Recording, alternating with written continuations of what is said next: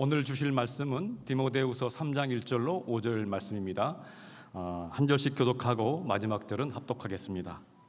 너는 이것을 알라. 말세에 고통하는 때가 이르러 사람들이 자기를 사랑하며 돈을 사랑하며 자랑하며 교만하며 비방하며 부모를 거역하며 감사하지 아니하며 거룩하지 아니하며 무정하며 원통함을 풀지 아니하며 모함하며 절제하지 못하며 사나우며 선한 것을 좋아하지 아니하며 배신하며 조급하며 자만하며 쾌락을 사랑하기를 하나님 사랑하는 것보다 더하며 경건의 모양은 있으나 경건의 능력은 부인하니 이 같은 자들에게서 내가 돌아서라.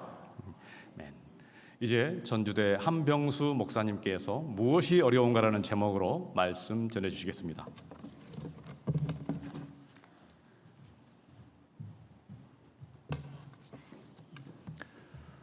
오늘 본문 말씀은 말세를 살아가는 우리들이 어떤 어려움을 당하는지, 그 어려움의 실체가 무엇인지, 어떻게 하면 그 어려움을 극복할 수 있는지 그 해법을 우리에게 역설적으로 제시하는 그런 바울의 가르침이 기록되어 있습니다. 1절을 보시면은 바울은 말세라는 표현을 우리에게 사용하고 있습니다. 시간이 종결되는 역사의 마지막 순간이기도 하겠지만 우리 개인을 본다면 죽음의 때를 맞이하는 사람과도 같다고 볼 수 있겠습니다. 자, 그런데 우리가 말세의 시작은 예수 그리스도께서 이 땅에 오신 때가 말세다라는 것이 히브리서 1장에 나와 있기 때문에 알고 있습니다. 하지만 말세의 길이는 얼마나 되는지, 언제쯤에 끝나는지는 아무도 모릅니다. 때와 기한은 하나님만 아시기 때문에 우리의 알 바 아닙니다.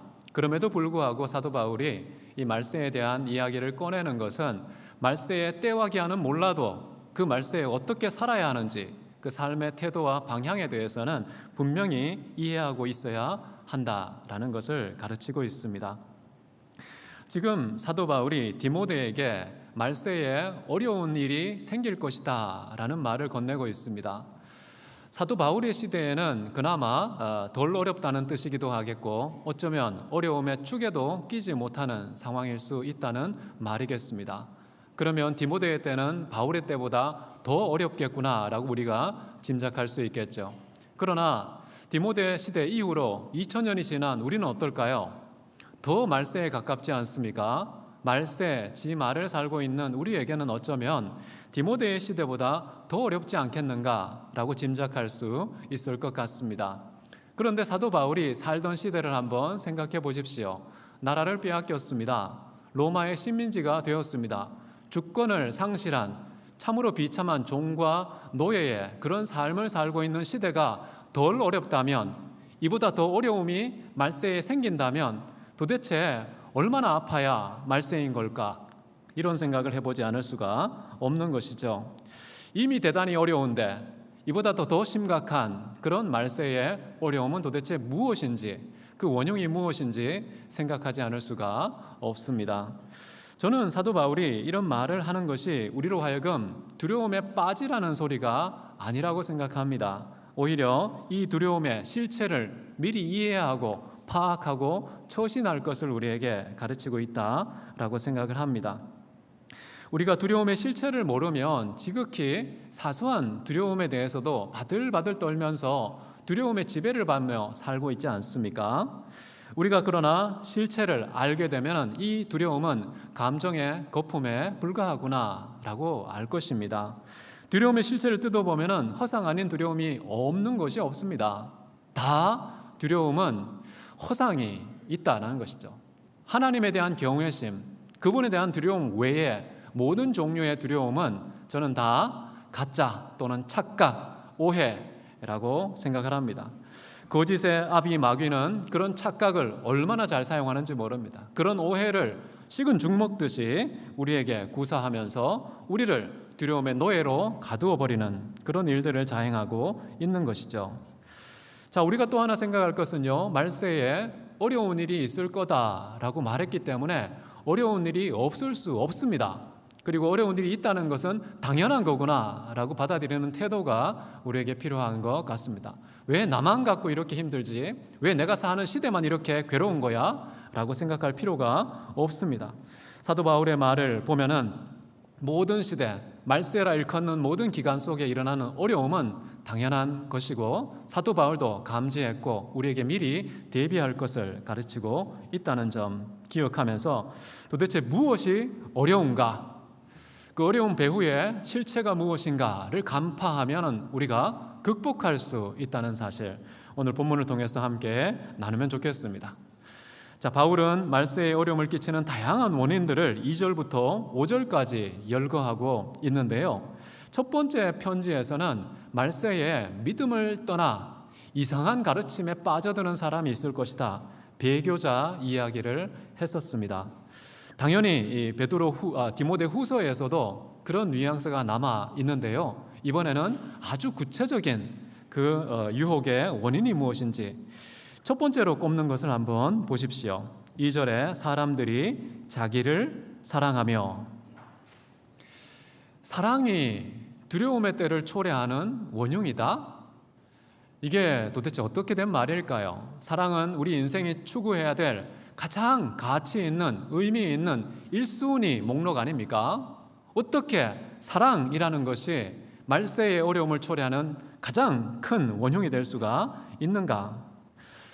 우리 교회사 속에서 4, 5세기에 활동했던 아우구스티누스라는 사람이 있습니다. 이분은 인간의 가장 비참한 상태를 표현할 때 아모르수이라는 표현을 쓰면서 자기를 향하는 사랑, 이것이 인간의 가장 심각한 비참의 원흉이다라고 지적한 바가 있습니다. 자기 애를 중심으로 해서 인간의 도성이 세워지고요, 하나님의 사랑을 중심으로 하나님의 도성이 세워진다. 인간의 도성과 하나님의 도성, 그 갈림길은 사랑의 대상이 누구냐에 따라서 갈라진다라는 말을 했습니다. 여러분, 사랑이라는 것은 굉장히 강력한 인생의 방향과 목적을 좌우하는 그런 요소라고 볼 수 있겠는데요.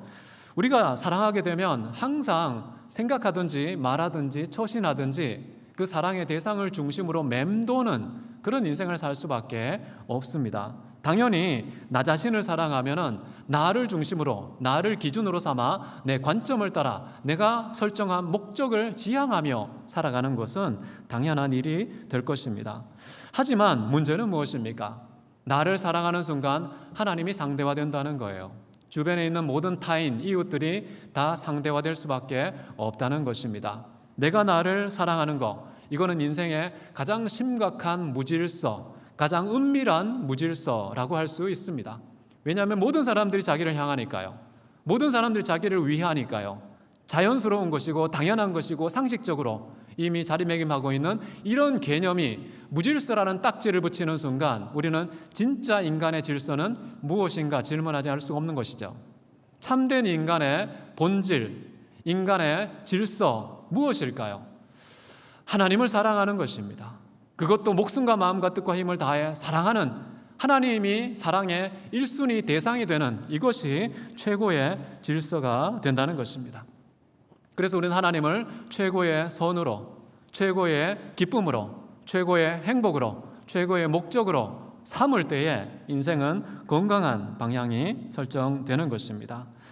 대부분의 사람들은 내가 나를 사랑하면 진짜 나를 사랑하는 거야 라는 착각 속에 빠져 있다 보니까 나를 사랑하지 않으면 내가 불행하다라고 하는 이상한 관념에 사로잡혀 있다고 생각합니다. 그렇지만은 그렇지 않습니다.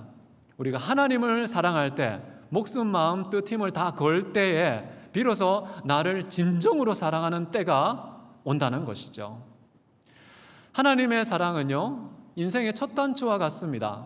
하나님을 처음 먼저 1순위로 사랑하는 순간 다른 모든 종류, 다른 모든 대상과의 관계성이 건강하게 정립된다는 것입니다. 사랑해야 될 거 사랑하게 되고요, 사랑하지 말아야 될 거 사랑하지 않게 되는 그런 건강한 질서가 자동적으로, 파생적으로, 순차적으로 이루어진다는 것이죠. 그렇기 때문에 여러분, 하나님을 먼저 사랑하시기 바랍니다.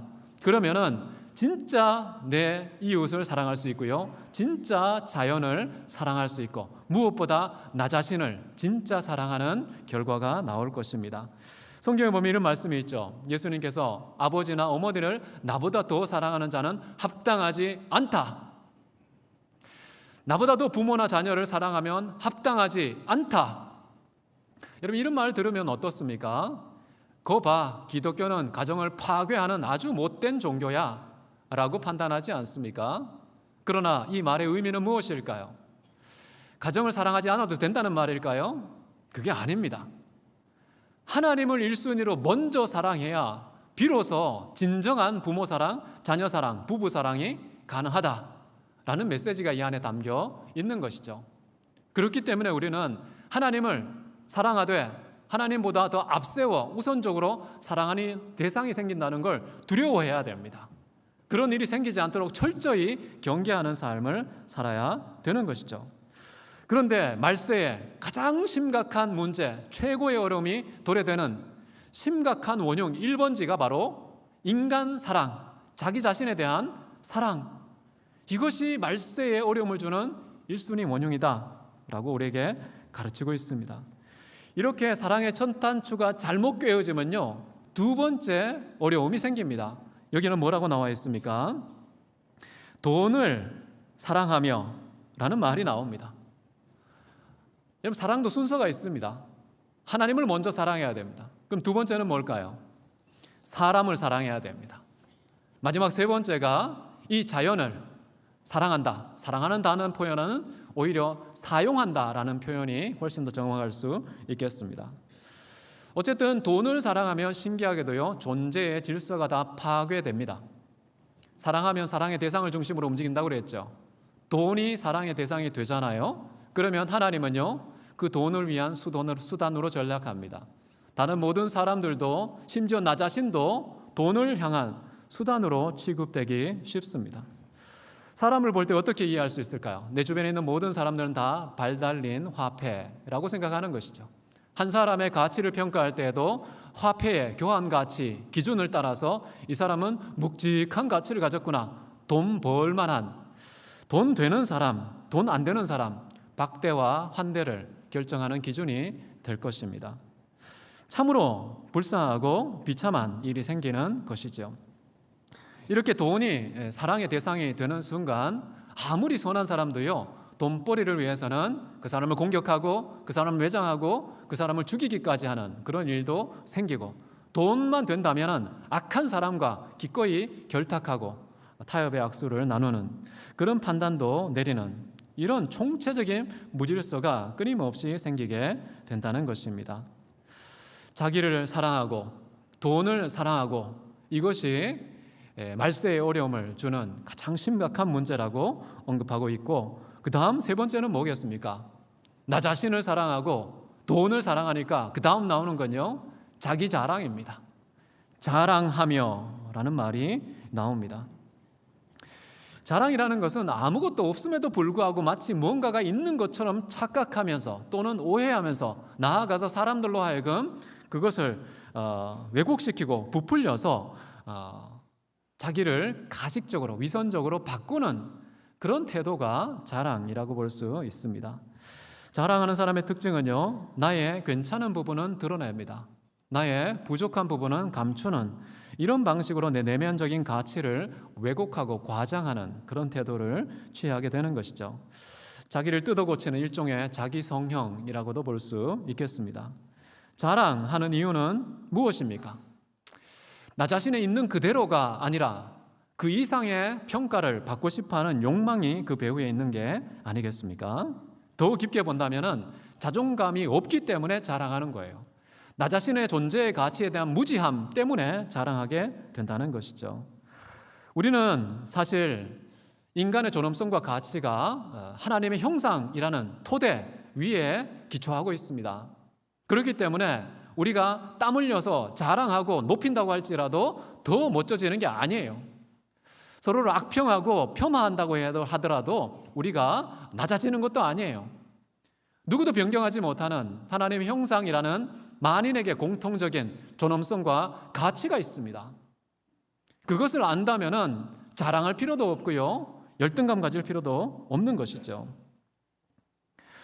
자, 그렇기 때문에 우리는 신적인 형상, 그것이 갖고 있는 동등한 가치를 인정할 때에 열등감에도 빠지지 않고 우월감에 빠져서 자랑하지도 않게 되는 그런 태도를 취할 수 있다는 점 기억하면 좋겠고요. 네 번째는 뭐가 나옵니까? 자랑하고 비슷한 건데요. 자신을 타인보다 높이 드러내는 그런 일들을 하게 된다는 것입니다. 여러분, 타인에게 주목을 받고 싶어하는 정도가 심해서 타인의 관심을 과도하게 끌려는 이런 사람을 일컬어서 뭐라 그러죠? 관종이라는 말을 쓰지 않습니까? 과도한 노출도 하고 기괴한 행동을 하고 이상한 말투, 엉뚱한 반응을 하면서 수많은 사람들의 시선을 차지하고 싶어하는 그런 욕구가 우리 인간에게 있습니다. 자, 타인의 주목에 만족하지 않고 다른 누구보다 더 높아지고 싶어하는 욕구를 다른 말로 하면은 교만이라는 것입니다. 나를 높이는 거. 높이는데 어디까지 높이면 좋을까요? 그 높은 곳의 정점에 사실상 과거에는 왕이라는 게 있었고요. 지금은 대통령의 자리가 있지 않습니까? 다른 어떤 사람보다 내가 높아져야 돼라는 생각을 갖는 것이죠. 그런데 거기에 멈추지 않습니다. 인간이 자기를 타인보다 높이려는 욕구, 이 교만이라는 것은요, 하나님과 같아지려고 하는 태초 아담과 하와의 태도와 같이 나타날 수 있습니다. 하나님과 같아지는 것, 거기에 인간은 만족할 수 있을까요?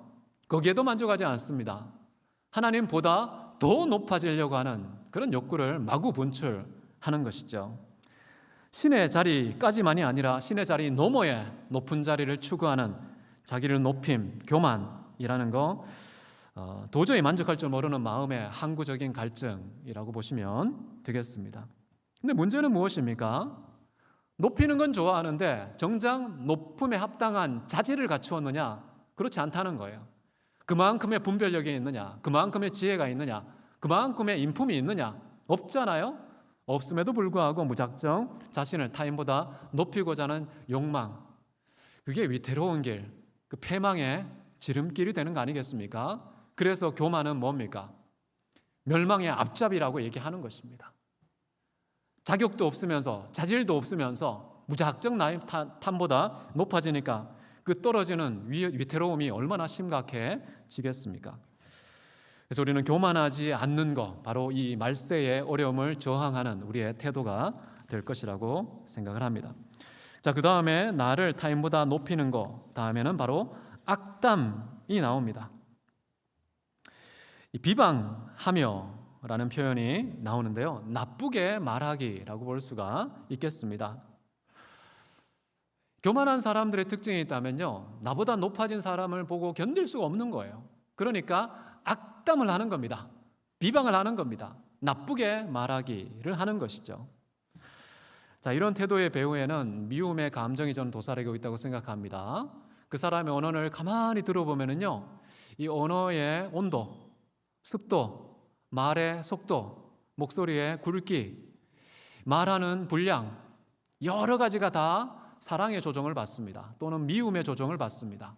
누군가를 미워하면 그 모든 요소들이요, 상대방을 어떻게 하든지 제거하려고 하는 방향성을 따라서 협조하는 이런 놀라운 통일성을 보이는 것이 사람의 말하기라는 것이죠. 그렇기 때문에 우리는 말을 주의해야 되겠습니다. 비방하지 않도록 하기 위해서는 마음에 서로를 향한 그런 사랑의 마음을 회복해야 비로소 이것을 극복할 수 있다고 생각합니다. 악담 또는 비방, 이것은 바로 영혼에서 준비된 흉기라고 생각하고요. 타인에 대한 언어적인 살인, 마음을 베는 입의 폭력, 이것이 바로 비방과 악담이기 때문에 이것 때문에 고생하는 말세에 어려움 당하는 분들이 대단히 많은 것 같아요. 그런데 사람의 말은 물론 사람들 사이에 영향력이 있기는 하지만요, 하나님 앞에서는요, 사람이 아무리 심각한 끔찍한 폭력적인 말을 한다고 할지라도요, 씩 웃으면서 그냥 지나가면, 한 귀로 듣고 다른 귀로 흘러보내면, 그러면 우리가 극복할 수 있습니다. 하나님의 말씀만 내 머리와 내 가슴에 정착하고 다른 모든 사람의 거짓된 말들은 흘려보내는 그런 분별력, 그런 처신이 우리에게 필요하지 않나라는 생각을 해봅니다. 그러나 우리 악담이나 비방의 공급자가 되어서는 안 되겠죠. 우리가 그런 말을 들었을 때 이렇게 처신하는 것이고, 절대 우리 입에서는 은혜로운 말, 덕스러운 말, 다른 사람을 살리고 유익하게 하는 그런 말만 골라서 하는 것이 좋겠다라고 생각합니다. 여섯 번째는 뭡니까? 근본에 대한 질문을 던지면서요, 사람들의 교만은 어디까지 가냐 하면 근본이 나 자신이 아니라 부모인 것이 싫은 상황으로 가는 것이죠. 그래서 부모를 거역하는, 존재의 기원을 대적하는 그런 태도를 취하기가 쉬운데요. 부모를 거역한다는 말의 의미가 무엇입니까? 부모님이 한 세대 동안 축적해왔던 모든 삶의 양식, 사고방식, 노하우, 지혜, 이 모든 것과의 단절, 그 모든 것을 거역하는, 대적하는 이런 태도가 바로 부모를 거역하는 것의 의미라고 볼 수가 있는 것입니다. 이런 부모를 거역한다는 말은 어디까지 소급되냐면요, 만물과 존재의 근원 대신 진정한 영적, 영원한 부모 되시는 하나님을 거역하는 것과 연결되게 되어 있습니다. 그래서 부모, 진정한 부모이신 하나님께서 설정해 놓은 모든 질서, 기원, 출발점, 이것을 다 거절하는 것이죠. 하나님이 설정해 놓은 세상의 질서 거부하고 싶어하는 마음이 생깁니다. 인간에게 부여하신 하나님의 질서, 이것도 다 부여하고 싶은 것이죠. 사람과 사람 사이의 관계성, 이 사이에 부여하신 질서도 거부하고 싶어하는 그런 욕망이 인간에게 생기는 것, 이게 가시적인 대상에게 나타나는 것이 바로 부모를 거역하는 것이라는 것이죠. 우리는 어떤 방식으로 이 어려움을 극복할 수 있겠습니까? 효도하는 것입니다. 범사의 부모를 주 안에서 공경하라, 순종하라. 이것이 바로 이 시대의 어려움을 극복하는 우리의 해답입니다. 그래서 저는 기독교 안에서 최고의 효자들이 많이 나와야 된다라고 생각합니다. 약속 있는 첫 번째 계명 아닙니까? 형통하게 되고 그 다음에 장수하게 된다. 이 두 가지 최고의 복이 걸려있는 항목이 바로 내 부모를 공경하라라는 것입니다.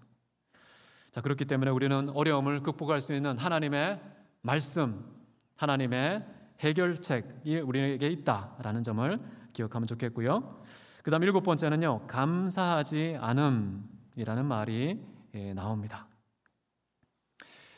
감사의 없음은요, 우리 인생이든 인류의 역사든 이 적신호다, 뭔가 심각한 어려움이 닥치는 적신호다라고 이해하면 되겠습니다. 감사하지 않는 이유는 무엇일까요? 내가 타인에게 신세진 거, 받은 것이 하나도 없다고 생각하면 절대 감사하지 않습니다. 그러나 감사하는 근거는 뭐냐 하면 내게 있는 것 중에 받지 않은 것, 신세지지 않은 것, 타인에게 도움을 얻지 않은 것이 하나도 없다라고 생각할 때에는요, 모든 사람에 대해서 감사의 마음을 갖습니다. 빚진 자의 마음을 갖습니다. 채무자 의식을 갖는 거예요. 그래서 나보다 타인을 더 위하는 태도를 취하게 되어 있습니다. 모든 구성원들이 이런 태도를 가진다면 그 사회는 어떻게 될까요? 진짜 평화롭지 않겠습니까? 상대방을 나보다 더 존중하는 태도가 그 사회의 문화가 되지 않겠습니까?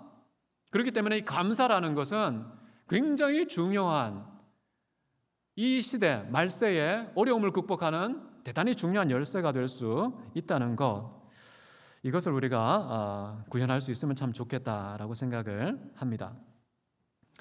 우리는 감사를 하되 범사의 감사를 실천할 것을 요구받고 있습니다. 왜 그럴까요? 범사에 감사한다는 것이 숙제 같습니까? 거북합니까? 그렇지 않죠? 그럼 감사하면은요, 우리가 행복해요. 우리에게 기쁨이 있습니다. 이상한 만족이 차올라요. 속에서부터 흘러 넘칩니다. 왜냐하면 감사가 우리 인간의 본질과 관계되어 있기 때문입니다. 우리는 생명과 호흡과 만물을 친히 만물 하나님으로부터 공급받고 있는 자입니다. 그 어떤 것 하나도 그분의 신세, 그분의 도우심 없이는 주어진 바가 없습니다. 그렇기 때문에 우리가 하나님을 대하는 태도의 가장 중요한 내용은 바로 감사라는 거예요. 사도 바울도요, 부패하고 타락한 이 말세의 모습을 보면서 하나님께 감사치도 아니하고 영화롭게도 하지 아니한다 라고 진단하지 않았습니까? 시편의 기자는요, 감사가 뭐라고 얘기합니까? 감사로 제사 드리는 자가 하나님을 영화롭게 한다. 감사함으로 어디 들어갈 수 있습니까? 주의 궁전에 들어가며 라고 말합니다. 감사하면요, 하나님의 영광의 현장으로 들어갈 수 있습니다. 하나님의 영광이 임하는 곳, 그 거룩한 성전, 궁전으로 들어갈 수 있는 열쇠가 바로 감사라는 것이죠. 참된 예배는 감사다라는 것이죠. 그것은 바로 우리 인간의 본분을 분명히 깨닫는 것에서 비롯되는 것이라고 할 수 있겠죠. 자, 이런 감사가요, 눈에 보이는 사람들과 관계성 속에서 우리가 익숙해져야 됩니다. 연습이 돼야 됩니다. 훈련이 돼야 됩니다. 이런 경건의 연습을 하면은 우리가 하나님 앞에 정말 인정받는 믿음의 사람들로 거듭날 것이라고 생각합니다. 8번째는요, 경건하지 않음, 거룩하지 않음이라는 표현이 나옵니다. 요즘 시대를 보면요, 성스러운 것을 배척하고 상스러운 것을 추대하는, 추앙하는 그런 역설적인 시대가 된 것 같아요. TV 방송이나 영화, 인터넷 동영상을 보더라도요, 뭔가 자극적이고 뭔가 사람들의 귀를 자극적으로 후비는 그런 욕설과 외설적인 것과 그리고 정말 막장 드라마 같은 그런 이야기가 오늘날의 문화를 도배해야 비로소 사람들의 시선을 끌고 인정받는 그런 시대로 가고 있지는 않은가라고 생각합니다. 이런 저속함에 대한 인간의 보편적인 기호는 무엇에서 비롯되었을까? 하나님이라는 그 거룩함, 그것을 떠나고 배척하고 거부하는 순간 이런 문화는 이미 결정된 것이다. 그래서요, 이 저속한 문화라는 것은 단순히 인간의 부패로만 말하지 않고요, 하나님의 형벌이라는 표현도 씁니다. 왜냐하면 거룩하신 하나님을 떠난 인간의 필연적인 문화가 바로 저속함, 거룩하지 않음, 경박함 이런 것이기 때문인 것이죠. 자, 오늘날 보면은 참 저속한 시장이 부끄러운 줄도 모르고요, 지상으로 올라오는 그런 경우가 많습니다. 도박, 마약, 성매매 이런 것들이 양성화되고 있지 않습니까?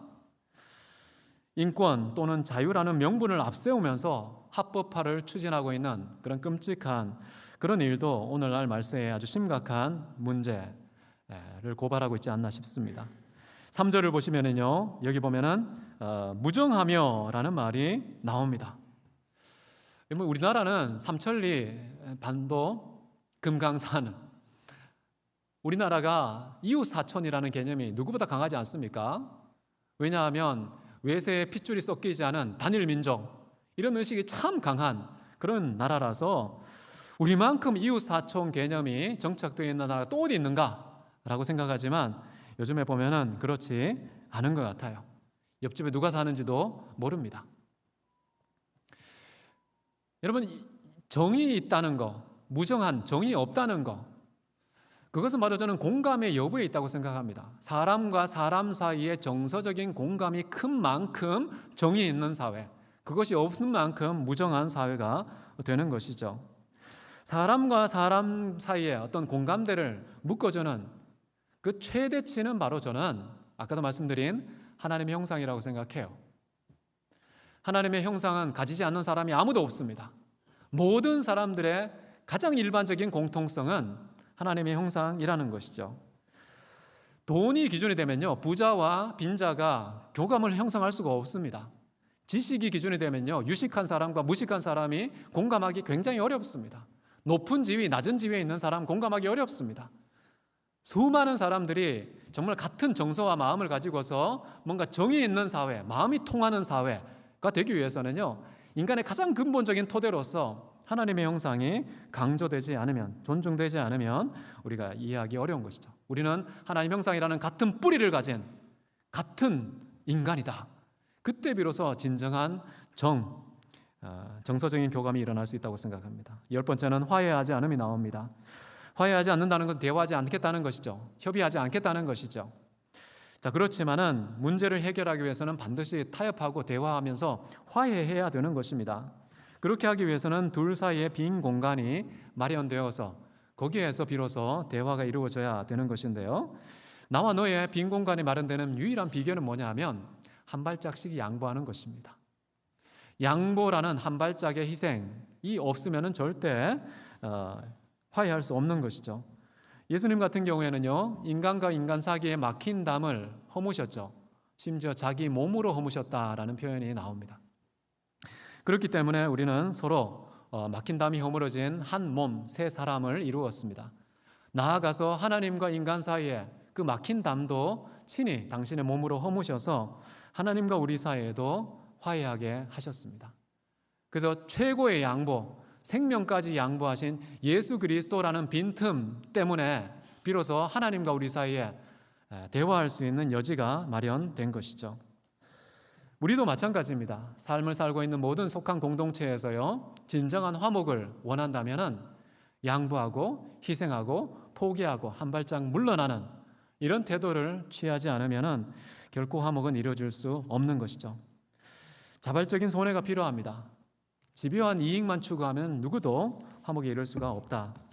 11번째는요, 모함이라는 것이 말세에 어려움을 준다는 것입니다. 모함이 뭡니까?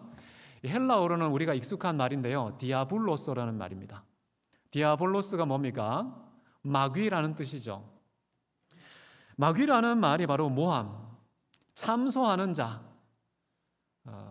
바로 이게 마귀의 주특기라고 할 수가 있는데요, 부당하게 고소하고 비방하는 그 마귀 같은 사람의 행실을 모함이라고 할 수가 있겠습니다. 그래서 사실을 거짓으로 왜곡하고 거짓을 사실로 둔갑시키는 이런 일들을 멀쩡하게 합니다. 행하지도 않은 일을 했다고 말하고 행하지 않은 일을 했다고 또 말하는, 그래서 타인으로 하여금 곤란한 처지에 빠뜨려서 그의 인격을 살해하는 이런 가짜 뉴스 같은 거, 이런 것들이 대표적인 오늘날의 모함이라고 볼 수가 있겠죠. 그렇기 때문에 우리는 진실로서 이 모함의 시대를 저항할 줄 알아야 됐다라고 생각을 합니다. 상대방이 속였는데 나도 속여야지 이렇게 맞짱을 뜨는 태도는요, 거짓에 또는 모함의 분량만 키우는 겁니다. 우리는 속이 시원할 수 있겠지만은 정의가 이루어진 것처럼 보이지만은 사탄의 입장에서 본다면은 얼씨구 하면서 좋아합니다. 거짓이 충만하네, 모함이 충만하구나, 얼마나 행복해 하겠습니까? 우리는 사람을 적으로 생각하지 않고 마귀와 죄를 대적하는 그런 태도를 취하면서 아무리 상대방이 모함과 거짓으로 다가온다 할지라도요, 진실로 승부하는 태도가 필요합니다.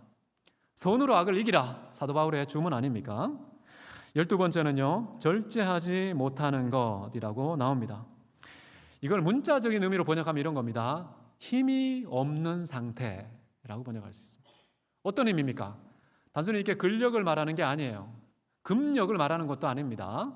여기서 말하는 힘의 없음이라는 것은요, 내 모든 가지고 있는 힘과 내 모든 재력과 내 모든 가능성들을 조절할 수 있는 힘의 완급을 절제할 수 있는 그런 상태가 바로 절제라는 것이고 힘의 있음이라는 것입니다. 자, 우리는 힘이라는 개념을 좀 잘 이해할 필요가 있는데요, 힘은 내가 상황에 따라 마구 분출해도 되는 그런 소유권을 가진 대상이 아닙니다. 힘은 반드시 조절을 요구하고 있습니다. 우리가 하나님을 표현할 때 어떤 표현을 씁니까? 전능하신 하나님이라는 표현을 쓰죠. 전능이라는 것은 바로 능력에 한계가 없다라는 말입니다. 왜 하나님은 전능하신 분일까요? 능력에 한계가 없는 그런 힘까지도 조절할 수 있는 절제력이 있으시기 때문에 하나님은 전능하신 분입니다. 이런 브레이크 없는 속도가 얼마나 무섭습니까? 마찬가지로 이 절제라는 제어장치 없는 힘, 막대한 힘이라는 것이 마치 그 자체로 흉기와 같지 않습니까? 돈이 너무 많은 사람, 권력이 너무 큰 사람, 그런데 그것을 조절하고 절제할 수 있는 힘이 없는 사람, 그런 사람은 사회에 가장 무서운 흉기가 될 것이라고 생각합니다. 저는 하나님께서 우리에게 능력을 베푸실 때에도요, 무엇에 근거해서 능력을 베푸시느냐, 돈이든지 건강이든지 무슨 재능이든지 하나님께서 우리에게 뭔가를 주실 때에는요, 마구 주지 않습니다. 우리가 얼마만큼 주어도 괜찮은 절제력이 있는지 그것에 근거해서 절제력이 크기만큼 우리에게 능력을 주신다. 근데 절제하는 능력보다 더 큰 능력을 주시면 어떻게 됩니까? 저는 하나님께서 벌을 주시는 거라고 생각합니다. 다다익선 많은 게 좋지 뭐 라고 사람들은 생각하지만요, 그렇지 않아요. 저는 삼손을 한번 생각해 보면서 삼손은 진짜 엄청난 능력, 우주 최강의 남자가 된 그 막대한 능력을 받았는데 과연 삼손에게 그게 복이었을까? 라는 생각을 해보면요, 복이 아니었을 가능성이 더 높은 것 같아요. 물론 하나님 편에서는 그 힘을 통해서 블레셋을 또 심판하는 그런 도구로 쓰셨어요. 하나님의 뜻을 이루십니다. 근데 그럼에도 불구하고 삼손 개인의 입장에서 볼 때에는 그것이 꼭 복만은 아니었구나. 막대한 힘과 에너지는 받았는데 그 에너지를 절제하고 조절할 수 있는 그런 힘이 없다 보니까 항상 여인에게 끌리고, 그리고 친구들하고 수수께끼 내면서 내기하는 이런 노름판에서 그 에너지를 사용하는 그런 부끄러운 그런 모습들을 너무나 많이 보였기 때문에 우리는 힘을 추구할 것이 아니라요, 그 힘을 조절할 수 있는 절제력, 이것을 추구하는 것이 하늘의 전능하신 하나님으로부터 능력을 받는 비결이라고 생각합니다. 우리의 힘이 어디에 있습니까? 우리 자신에게는 없습니다. 고작해야 주먹만한 1인분의 힘, 그게 뭐 그렇게 대단합니까? 우리는 오직 성령이 임하시면 그 성령의 권능을 받고 사는 사람들입니다. 근데 그 권능의 크기는 어떻게 됩니까? 절제력의 크기에 의해서 조절된다 라는 사실을 믿으면서 절제력에 올인하는 저와 여러분 되시면 좋겠습니다. 13번째는요, 사나움이 나옵니다. 사나우며, 아주 뾰족하고 사나운 인품과 언행을 일컬어서 사나움이라고 말하는 것이죠. 자, 그런데 이 사나움이라는 것은요, 쉽게 개선되지가 않습니다. 뼈를 깎는 아픔과 고통, 깎이는 그런 희생을 거치지 않으면 절대 인품은, 말투는, 행실은 다듬어지지 않습니다. 사람이 얼마나 지독한데요, 절대 고쳐지지 않습니다. 그런데 그게 고쳐지려면 어떻게 해야 됩니까? 자문의 표현을 빌린다면요, 절구에 넣고 공이로 찌을지라도 그 사람의 미련함은 벗겨지지 않는다라는 표현이 나오지 않습니까? 이 사나운 기질, 사나운 성품, 사나운 말투, 사나운 행실, 이런 것이 깎이기 위해서는요, 죽음 같은 고난의 과정을 지나가야 됩니다. 모든 사람이 사실 사나워요. 겉으로 볼 때는 법 없이도 살 것 같이 온순해 보이지만요, 아직 상황이 조성되지 않아서 속에 숨어 있는 겁니다. 그게 속에 있는 깊이 있는 본색이 자기의 모습을 드러내는 때가 항상 오는데요. 자, 그런 차원에서 우리가 이 사나움, 이것을 경계하면서 훈련받아야 되는데, 세상은요, 오히려 사나움을 남성다움이라는 표현을 쓰면서 이 사나움 빼면 시체 아니야? 라고 생각하면서 두둔하는 그런 모습도 볼 수가 있습니다. 사나움은 미덕이 아닙니다. 우리가 깎아내야 되는, 제거하고 훈련받아서 없애야 되는 그런 내용이 되겠습니다. 14번째는 미덕을 대적하는 것이죠. 여기 보면 선한 것을 좋아하지 않는다.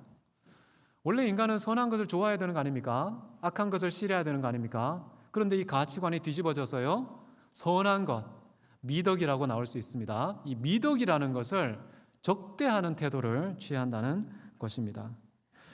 성경에도 보면은 이사야에서 보면요, 악한 것을 선하다 하며 선한 것을 악하다 하며 쓴 것을 달다고 말하며 단 것을 쓰다고 말하는 자는 화 있을진저.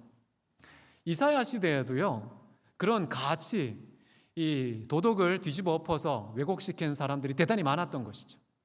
지금도 마찬가지입니다. 무엇이 선한지, 무엇이 악한지, 무엇이 윤리적인지, 무엇이 비도덕적인지 구분하기가 어려운 기준이 실종된 그런 시대에 살고 있는 것 같아요. 이러한 때에 우리는요, 하나님의 말씀, 하나님이 옳다 그러시면 옳은 거예요. 하나님이 선하다 그러면 선한 줄로 믿고 그것을 기준으로 선하게 살아가는 이런 삶을 통해 말세의 어려움을 극복하는 우리가 될 수 있다고 생각합니다. 4절을 보시면은요, 배신하는 이야기가 나옵니다. 이 배신하다라는 말은요, 유다의 배신을 설명할 때 사용된 단어예요. 언제 사람은 배신합니까? 모든 관계를요, 이익의 방편으로 생각하는 순간 배신이 생기는 겁니다. 예수님도 유다는요, 우리 민족이 이제 해방되어서 강대국으로 도듬할 수 있는 그런 정치적 메시아라고 기대하고서 정치성을 부여하면서 예수 그리스도를 그 정치의 도구와 수단으로, 방편으로 생각하는 순간 예수님을 배신하는 일이 생긴 겁니다. 거기에서 고작 은 30에 예수님을 팔아넘기는 그런 태도를 취했는데요. 여러분, 한 사람을요, 이 세상의 어떤 이념이나 성취나 물질이나 다른 어떤 것과 교환되는 가치로 매기는 순간 사람이라는 인간성을 배신하는 일들이 얼마든지 일어날 수 있습니다. 부모와 자식 사이에도요, 이런 일이 생기면은 배신하는 일이 생깁니다. 부부 사이도 마찬가지라고 볼 수 있겠죠. 이 배신의 근원에는 사실 하나님에 대한 배신이 있습니다. 그리고 인간에 대한 배신은 그 자체로 멈추지 않고 반드시 하나님 배신을 겨냥하는 그런 성향이 있다는 것도 우리가 기억하면서 하나님을 배신하지 않는 삶으로 이 시대의 모든 배신과 싸워 승리하는 우리가 되면 좋겠습니다. 16번째는 조급하며라는 말이 나옵니다. 조급하다, 적정한 속도를 위반한다는 뜻 아니겠습니까? 우리에게는 제한 속도가 있습니다. 말을 할 때에도 그렇고요, 밥을 먹을 때도 그래요. 속도를 위반하면 안 됩니다. 충분히 이빨로 씹어서 분쇄한 다음에 삼키고 이 안에서 소화가 이루어질 수 있도록 해야, 속도에 맞추어서 서두르지 않고 무엇이든지 해야 그게 순리에 맞는 것입니다. 이 속도를 위반한다는 게 이게 뭐 같습니까? 조급한 거, 하나님의 시간표를 무시하는 겁니다. 하나님께서 정해놓은 일정표를 따라서 삶을 살아야 되는데 내가 생각한 목적, 그것을 빨리 성취하기 위해서 내 시간표에 맞추어서 살아가는 것, 이것을 조급함이라고 말할 수가 있습니다. 여러분, 성경에 보면 하나님을 어떻게 표현하고 있습니까? 하나님은 때를 따라 만물을 아름답게 하시는 분이라고 나옵니다. 때와 기한은요, 하나님께 속해 있습니다. 그분의 때, 그분의 기한, 이것에 맞추어 사는 것이 바로 조급하지 않은 삶이라고 볼 수가 있겠죠. 그래서 범사에 하나님을 인정하면은요, 속도가 조절됩니다. 가장 적정한 속도의 인생을 살아갈 수 있는 비결은 범사에 하나님을 인정하는 것이다. 사도 바울이요, 로마에 얼마나 가고 싶었습니까? 정말 가고 싶어서 백방으로 노력했는데 길이 막혔다는 거예요. 그럼에도 불구하고 나는 갈 거야 하고서 갔다면 어떻게 됐을까요? 로마서라는 이 위대한 책이 안 나왔을 거예요. 하나님은요, 누군가를 사랑하는 마음, 정말 만나서 믿음의 교제를 나눠서 신령한 것을 빨리 나누고 싶은데 그 애타는 마음, 그 갈증이 해소되지 않은 그런 길이가 있습니다. 적정한 기간이 지난 다음에 길을 열어주세요. 근데 그 적정한 기간 동안에 무슨 일을 하십니까? 하나님께서 기가 막힌 일들을 하시는 거예요. 나 자신이 정화되는 일도 하고요, 하나님께서 공동체 전체를 이끌어가는 그 모든 선이 적정하게 종합적으로 이루어지게 하는 하나님의 큰 계획과 때와 기한이 있기 때문에, 그래서 맞추어서 기다렸다가 하나님께서 일루리곤에서 예루살렘까지 맡겨놓은 모든 선교의 사명을 다 마치고 난 다음에 어떻게 합니까? 드디어 로마에 가는 것이죠. 사도 바울이 하나님의 시간표를 참 존중하는 사람이었다라고 생각합니다.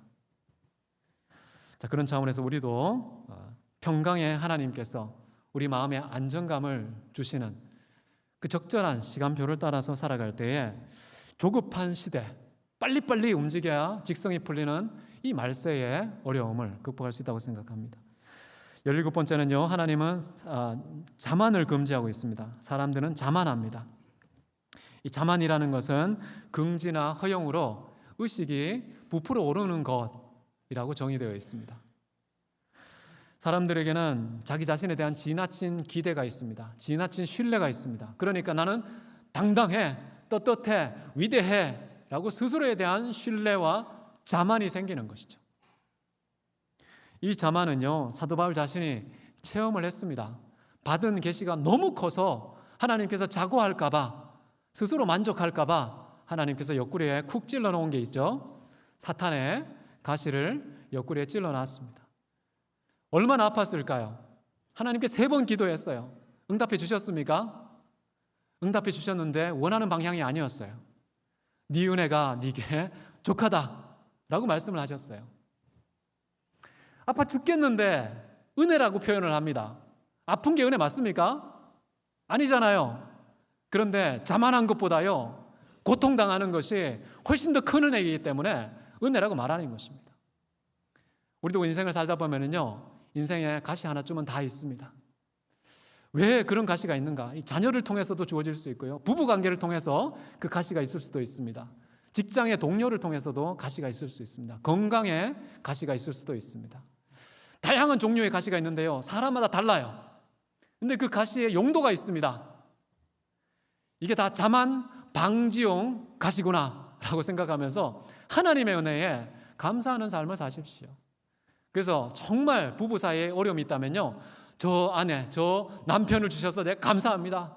주님의 가시 때문에 내가 하나님 앞에 자고하지 않고 교만하지 않고 이렇게 성화되는 길을 걷고 있습니다. 그래서 상대방에게 축복해 주시면서요, 사랑 많이 해 주십시오. 자녀와 부모도 마찬가지예요. 동료도 마찬가지입니다. 이런 가시 있는 인생, 그러나 자만하지 않는 인생, 이것이 바로 말세에 하나님께서 원하시는 삶이다. 18번째는요, 쾌락을 하나님 사랑하는 것보다 더 사랑한다라는 거예요. 이 쾌락이라는 것은 감각적인 즐거움에 대한 육신의 기호라고 할 수 있습니다. 이 쾌락을 다른 말로 한다면 육신의 소욕이라고 할 수 있겠죠. 우리는 하나님과 이웃 사랑이라는 성령의 소욕을 따라 살아야 되는데, 나도 모르게 쾌락이라고 하는 육체의 소욕을 따라서 살아가기 쉬운데요, 그렇게 하는 순간 이 세상에 존재하는 모든 것은 다 쾌락의 수단으로 전락하게 됩니다. 그래서 쾌락과 적당하게 거리를 두시기 바랍니다. 자, 하나님을 사랑하지 않는 모든 것은 우상이 되고, 그 쾌락을 추구하다 보면 우상 숭배자가 될 수밖에 없다는 것도 기억하면 좋겠고요. 자, 마지막 5절을 보십시오. 경건의 모양은 있으나 그것의 능력은 부인하는 자들이 있기 때문이다 라고 말합니다. 말세에 어려움이 있는데 마지막은요, 경건의 모양은 있으나 경건의 능력은 없다. 사람의 눈에는요, 경건해 보이는데 하나님의 눈동자 앞에서는 경건하지 않은 사람을 표현할 때 외모만, 모양만 있는, 무늬만 있는 경건, 진짜 능력은요, 하나님 앞에서 경건한 사람입니다. 그 경건의 능력은 범사의 유익을 줍니다. 금생과 내생 모두에 유익을 주는 게 진짜 경건이잖아요. 그 경건의 실체는 사람 앞에서 꾸며진 이미지의 경건이 아니라 하나님 앞에서 실체가 있는, 능력이 있는 그런 경건이다라는 것이죠. 자, 우리는 이 경건이라는 걸 추구해야 되는데, 사도 바울은 다른 곳에서 경건에 이르기를 힘쓰라, 그리고 경건을 연습하라라는 말을 끊임없이 하고 있습니다. 자, 경건의 핵심은 뭘까요? 영어로는 godliness라는 표현입니다. godliness. 이게 바로 하나님 같아짐 또는 하나님 닮음, 다르게 표현한다면 하나님의 온전한 형상을 이루는 것이라고 볼 수 있어요. 진짜 경건은요, 나를 본 자는 아버지를 보았다는 예수님처럼 고백할 수 있는 사람입니다. 나를 봤는데 냄새 풀풀 나는 인간 한병수가 보인다면 경건하지 않은 겁니다. 경건은 하나님 같아짐, 하나님 닮음, 하나님과 가까워짐, 나를 본 자는 하나님을 보았음 이라는 반응이 나올 때 비로소 진정한 경건에 이르렀다라고 볼 수가 있겠죠. 여러분, 경건하지 않은 사람은 어떻게 됩니까? 여기 보면은 피하라 라고 말합니다. 돌아서라는 게 무슨 말입니까? 돌아서라는 것은요, 우리의 시각을 경건한 사람과 만나는 일이 없도록 완전히 각도를 꺾어서 180도 바꾸라는 뜻입니다. 쳐다보지도 말라는 거예요. 경건의 모양이 있는 사람은요, 굉장히 삐까번쩍해요. 보는 순간 사람들이 중독됩니다. 전염됩니다. 나도 모르게 껍데기 경건의 갈망이 내 속에 훅 들어옵니다. 그러면 안 되겠죠. 그래서 우리는요, 경건하지 않고 모양만 있는 사람은 우리 시선 처리를 잘해서 쳐다보지도 말아야 된다 라는 말을 해주고 있습니다. 내가 경건하지 못하면 사실 공동체, 나를 쳐다보는 모든 공동체에 반드시 민폐를 끼치게 되어 있습니다. 공동체가 경건하지 못하면 나의 경건이 또 훼손될 수도 있습니다.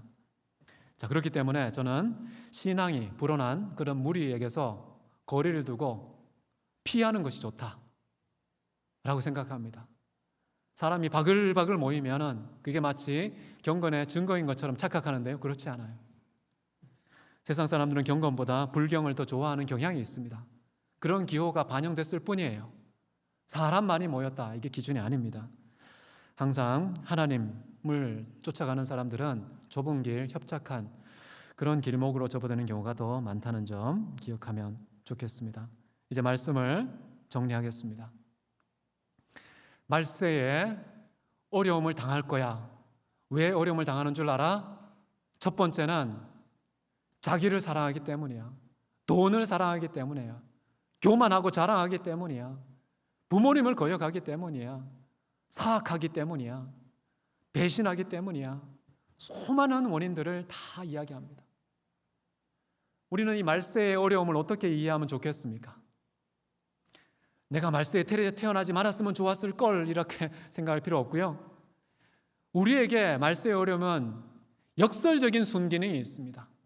그게 뭐냐 하면은 인간의 죄악이, 부패가 얼마나 심각한가, 만물보다 심각하다는 사실을 깨닫는 깨달음의 중요한 기회가 된다는 것.